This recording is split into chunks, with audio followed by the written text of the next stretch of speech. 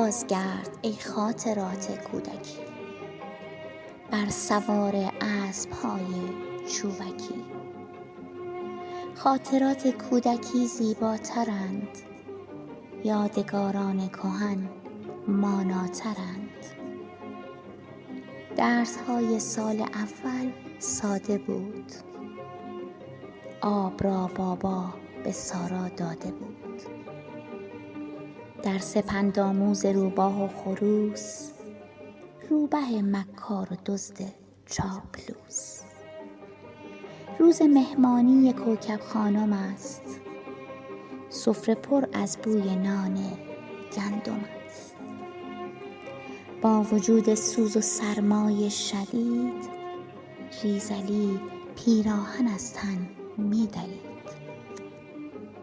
تا درون نیمکت‌ها جا می شدیم، ما پر از تصمیم کبرا می شدیم. پاک‌کن‌هایی ز پاکی داشتیم، یک تراش سرخ لاکی داشتیم. کیفمان چفتی به رنگ زرد داشت، دوشمان از حلقه هایش درد داشت. گرمی دستانمان از آه بود، برگ دفترها به رنگ کاه بود. کودکان دکه سیگار سرد، بچه های کوچک اما مرد. کاش هرگز زنگ تفریحی نبود، جمع بودن بود و تفریقی نبود.